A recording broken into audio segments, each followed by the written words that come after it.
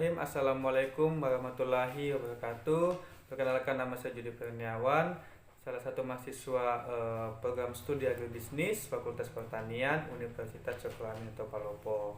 Nah, pada kesempatan kali ini saya dan Kak Fadli ingin membahas mengenai hukum dan politik agraria. Nah, pada kesempatan kali ini yang dibahas itu yaitu apa sih yang dimaksud dengan hukum dan politik agraria itu. Jadi pada kesempatan kali ini saya dan Kak Fadli ingin sama-sama belajar mengenai hukum dan politik agraria.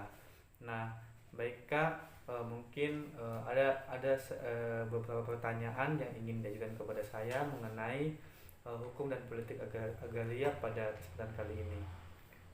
Bisa dijelaskan ke saya apa itu hukum agraria? Baik Kak, jika membahas mengenai hukum agraria Kak, jika dilihat secara etimologi, hukum adalah seperangkat aturan tingkah laku manusia yang berlaku dalam masyarakat. Sedangkan agraria artinya tanah, ladang, tanah pertanian, segala yang berkaitan dengan tanah. Jadi, hukum agraria adalah keseluruhan peraturan hidup atau manusia atau kaidah hukum yang mengatur masalah agraria. Jadi ya itu yang dimaksud dengan hukum agraria Kak. Oh ya, ya. Iya. Jadi bagaimana tips-tipsnya supaya bisa terhindar dari mafia tanah? Oh, kalau untuk tipsnya itu Kak, kalau dari saya itu Kak, ada beberapa tips yang saya tawarkan kepada Kakak. Sempat Kakak ingin mengikuti tips-tips itu. Adapun yang pertama itu Kak, cek keaslian tanahnya.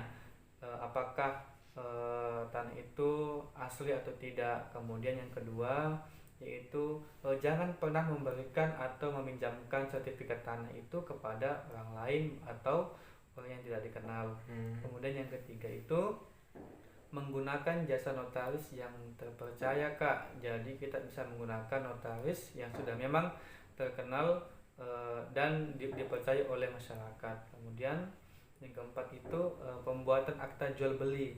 Jadi wajib bikin yang namanya akta jual beli Kak, supaya di suatu saat nanti apabila tanahnya disengketakan oleh pihak lain, Kakak mempunyai bukti yang kuat untuk kepemilikan tanah itu. Kemudian selanjutnya yaitu bertemu langsung dengan pembeli dan penjual. Alangkah baiknya apabila Kakak mau membeli atau menjual tanah, itu bisa langsung ketemu dengan calon pembelinya atau dengan calon penjualnya. Begitu Kak. Jadi dalam pengadaan tanah masalah-masalah apa yang biasa muncul? Kalau mengenai masalah-masalah yang selalu muncul Kak dalam pengadaan tanah itu, yang sangat awam yang awam yang kita lihat itu yaitu seperti yang pertama pembebasan lahan, kemudian yang kedua itu penilaian ganti kerugian tanah milik masyarakat yang masih berbasis NJOP. Nah, yang sering terjadi itu yang ini Kak, penilaian ganti kerugian tanah milik masyarakat, karena kadang pemerintah yang ingin membebaskan lahan ke masyarakat itu jauh di bawah harga NJOP Kak. Jadi kebanyakan masyarakat itu enggan untuk membebaskan tanahnya untuk kepentingan umum karena tanahnya itu dibeli dengan harga yang sangat murah Kak. Kemudian selanjutnya itu yaitu izin pelepasan objek pengadaan tanah yang masuk kawasan hutan, tanah wakaf, tanah kas desa, tanah aset instansi yang membutuhkan pelepasan dengan waktu yang sangat lama, sehingga ini mengulur waktu yang lama sehingga menghambat pengadaan tanah.